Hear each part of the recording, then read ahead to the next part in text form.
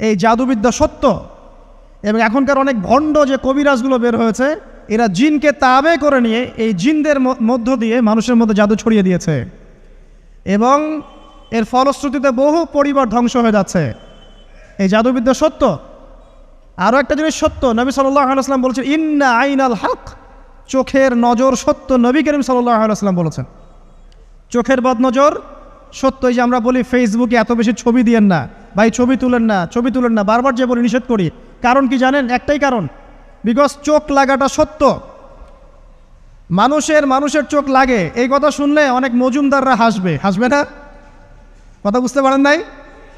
কিন্তু এটা সত্য, কারণ নবী করিম সাল্লাল্লাহু আলাইহি ওয়াসাল্লাম যা বলেছেন সাদাকাল্লাহু ওয়া সাদাকা রাসূলুহুল কারীম, নবী যা বলেছেন, আল্লাহ যা বলেছেন চিরায়ত সত্য, এর বাইরে কোনো সত্য আছে? আচ্ছা দেখেন, আমি বললাম যে জাদুবিদ্যা সত্য।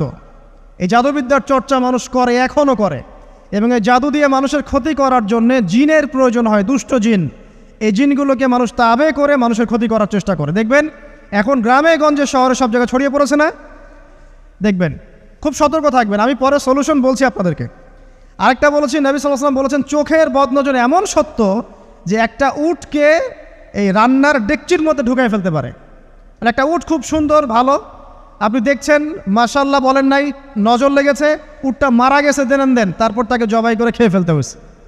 একজন সাহাবী গোসল করছিলেন, গোসল, এটা হাদিস সহিহ, এই যে আলেম ওলামা যারা আছেন তারা জানেন যে এই হাদিস সহিহ। একজন সাহাবী গোসল করছেন, তার গায়ের চামড়াটা খুব সুন্দর ছিল, একদম স্কিনটা অনেক সুন্দর থাকে না এমন কিছু মানুষ? আচ্ছা, এখন আরেকজন সাহাবী এই গোসল দেখছেন দূর থেকে, দেখে বলছেন যে কি চমৎকার তার শরীরের রংটা, যেন কুমারী নারীর মতো, অনেকটা এমন একটা কথা তিনি বলেছিলেন। সাথে সাথে এই সাহাবী অজ্ঞান হয়ে পড়ে গেছে। কোন সাহাবী? যিনি গোসল করছিলেন। এখন এটার আপনি কোনো ব্যাখ্যা দিতে পারবেন না তো, এখানে কোনো সায়েন্স দিয়ে বা মেডিকেল সায়েন্স দিয়ে আপনি কোনো ব্যাখ্যা করতে পারবেন না। একটা ব্যাখ্যা দিতে পারেন, কিন্তু কেন সেটা হলো সেটা আপনি অ্যান্সার খুঁজে পাবেন না। তো নবী সাল্লাল্লাহু আলাইহি ওয়াসাল্লামের কাছে নিয়ে যাওয়া হলো তাকে। তিনি বললেন যে এই ব্যক্তির ব্যাপারে কি কেউ ভালো মন্দ কিছু বলেছিল? তখন একজন সাহাবী বললেন হ্যাঁ, অমুকে বলেছে এর স্কিনটা অনেক সুন্দর, তো ওকে ডেকে নিয়ে আসুন। ওকে ডেকে আনা হলো। ডেকে আনার পর নবীজি তাকে অনেক শাসালেন, তোমরা তোমাদের ভাইদেরকে কি মেরে ফেলতে চাও? তখন এই সাহাবী তো অবাক, আমি আবার কখন মারতে চাইলাম ইয়া রাসূলুল্লাহ, আমি তো মারতে চাই নাই, আমি তো খালি বলেছি যে তার গায়ের রংটা অনেক সুন্দর। তখন তিনি বললেন কেন তুমি সুবহানাল্লাহ বললে না, কেন তুমি মাশাআল্লাহ বললে না? যখন মাশাআল্লাহ বলবেন, সুবহানাল্লাহ বলবেন, নজরটা লাগবে না। আর যখন আপনি মাশাআল্লাহ বলবেন না, সুবহানাল্লাহ বলবেন না, দেখবেন নজর লেগে গেছে। আপনি বিশ্বাস করেন ব্যবসা খুব ভালো চলছে, মানুষ বলল যে বাহ তোর তো ব্যবসা হেভি, লালে লাল শাহজালাল, ঠিক আছে, দেখবেন আপনার কেনা বেচা বন্ধ হয়ে গেছে। এরকম হবে, আমার কথাটা বিশ্বাস করেন। এটা কিন্তু সায়েন্স প্রমাণ করতে পারবেন না, আল্লাহ এবং তার রাসূল বলেছেন, তার উপরে কোনো সত্য নেই। আছে সূরা কাহফ 29 নম্বর আয়াত পড়ে দেখেন, আল্লাহ পাক বলছেন ওয়াকুলিল হাক্কু মির রাব্বিকুম, সত্য সেটাই যা তোমার রবের পক্ষ থেকে আসে। ফামান শাআ ফালইউমিন, যার ইচ্ছা হয় বিশ্বাস করুক, ওয়ামান শাআ ফালইয়াকফুর, যার ইচ্ছা হয় সে অস্বীকার করুক। এই কারণে আমরা বলি ফেসবুকে এত বেশি ছবি দেওয়া, এই আই ওয়াশ করা, এই যে শোডাউন করা, হ্যাঁ ইসলামের কিছু কাজ করলেন একদম মানুষকে না দেখাইতে পারলে ঘুম হচ্ছে না, এগুলো বন্ধ করেন, এগুলো বন্ধ করে দেন আল্লাহর ওয়াস্তে। অফলাইনে কাজ করেন, নিজেকে গোপন করার চেষ্টা করেন। যত বেশি মানুষের কাছে নিজেকে এক্সপোজ করবেন, কাজের বরকত কমে যাবে, কাজের বরকত কমে যাবে, চোখ লাগবে, নজর লাগবে। এবং চোখ লাগা বদ নজরে বহু আলেম আস্তে আস্তে মাঠ থেকে মাইনাস হয়ে গেছে না? যায় নাই? এখন কি আলেমদের সংখ্যা বেশি না কম? যত দিন যাবে আলেমের সংখ্যা আরও কমে যাবে। নবীজি বলেছেন আলেমদের সংখ্যা কমতে থাকবে, মানুষ জাহেলদেরকে আলেম বানিয়ে নেবে। তো প্রিয় ভাইরা, জাদুবিদ্যা সত্য, চোখের বদনজর সত্য, রাতের এই অনিষ্টগুলো সত্য, রাতের বেলা অনেক ক্ষতি আছে। এই জন্য নবীজি বলছেন বাচ্চাদেরকে বাইরে বের করো না, এবং তোমরাও রাত যখন গভীর হবে তখন এদিক ওদিক ঘোরাফেরা করো না। দেখবেন রাত যত গভীর হয় আমাদের শহরগুলো তত জীবিত হয়, তাই না? তাই না?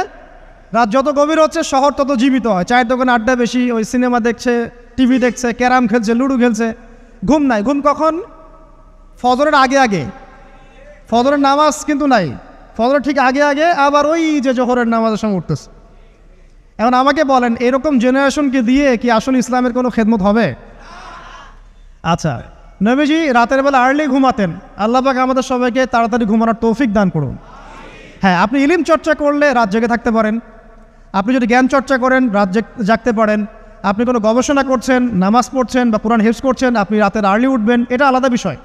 কিন্তু কমনভাবে আমাদের এই যে ফেসবুক, ইউটিউবিং ইত্যাদিতে আমরা লিপ্ত থাকি, সারা রাতটা কাটাই আড্ডাবাজি করে, এগুলো বন্ধ করতে হবে।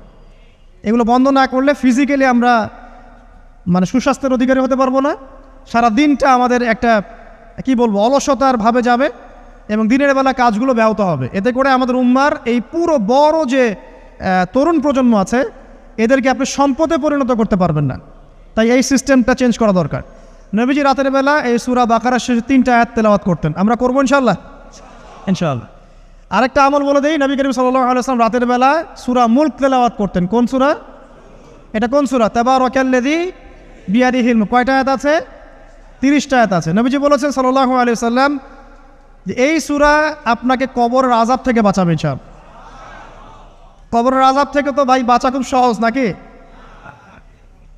আমাদের মধ্যে এমন কেউ নাই, শোনেন, আমাদের মধ্যে এমন কেউ নাই আলেম জালেম মুফতি মুহাদ্দিস রাজনৈতিক নেতা পলিটিশিয়ান বিরোধী দল জাতি তারপরে যে সরকার দল যে আছে না কেন, কবরের শাস্তি ফেস করবে না এমন একটা মানুষ নাই, কেউ নাই পৃথিবীতে। এই যে আপনি দেখছেন ওই যে কি ইসরায়েলের প্রধানমন্ত্রী, ওই রাশিয়ার প্রধানমন্ত্রী, ওই চায়নার সভ্যতা, পশ্চিমা সভ্যতা, এমন কেউ নাই পৃথিবীতে এখন যাকে কবরের শাস্তি ভোগ করতে হবে না। আছে? সবচেয়ে লঘু শাস্তি মানে লঘু চাপ,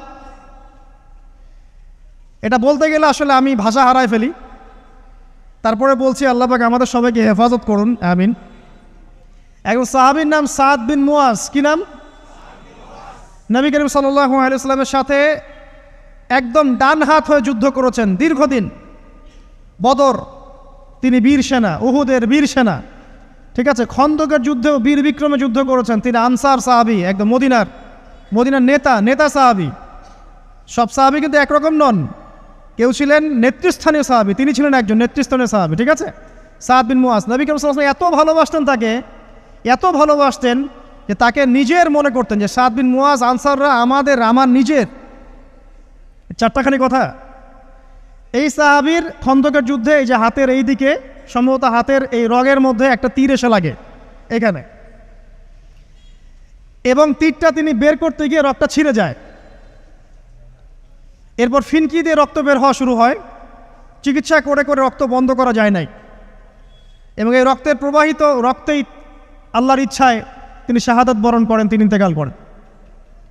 নবী করিম সাল্লাল্লাহু আলাইহি ওয়াসাল্লাম প্রচণ্ড ব্যথিত হন, মানে মনটা তার খুব নরম হয়ে যায় সাদ বিন মুয়াজ রাদিয়াল্লাহু আনহুর জন্য। তো এই সাহাবীর যখন জানাজার নামাজ পড়ানো হচ্ছে, নবীজি বলছেন 70,000 ফেরেশতা তার নামাজে অংশ নিয়েছে। আর এই সাহাবীকে যখন কবরে শোয়ানো হয়েছে, নবী করিম সাল্লাল্লাহু আলাইহি ওয়াসাল্লাম পরে জানিয়েছেন কবরের যে মৃদু চাপ, সাদ বিন মুয়াজ রাদিয়াল্লাহু আনহুর কবরেও সেই মৃদু চাপ দেওয়া হয়েছে। আমি কি বুঝাতে পারলাম ভাই? আমাদের কোনো দাম আছে এখনকার পলিটিশিয়ানদের কোনো দাম আছে? এখনকার সমাজ নেতার কোনো দাম আছে? এখনকার সুদখোরদের কোনো দাম আছে? এই ঘুষখোর দুর্নীতিবাজদের কোনো দাম আছে? আমরা যারা কাঠমোল্লা হয়ে আছি আমাদের কোনো দাম আছে? সাদ বিন মুয়াজ রাদিয়াল্লাহু আনহু যদি কবরের শাস্তি তাকে না ছাড়ে, প্রশ্নোত্তর পর্ব তাকে না ছাড়ে, আমরা পার পাবো? নবী করিম সাল্লাল্লাহু আলাইহি ওয়াসাল্লাম বলছেন সূরা মুলক তেলাওয়াত করো রাতের বেলা, ইনশাআল্লাহ সূরা মুলকের তেলাওয়াত কবরের আযাব থেকে তোমাকে বাঁচান।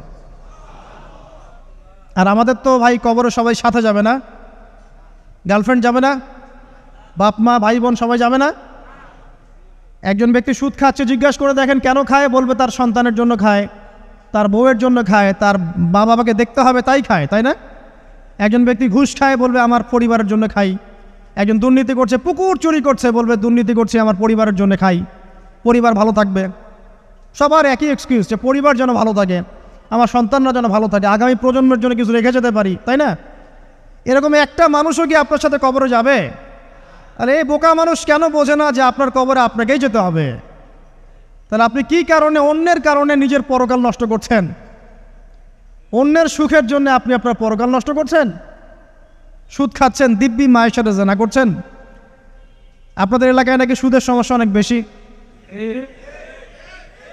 কয়েকটা হাদিস বলে দেই, আমি ওদেরকে আক্রমণ করতে আসি নাই, আমি শুধু তাদেরকে 3টা হাদিস শোনাতে এসেছি।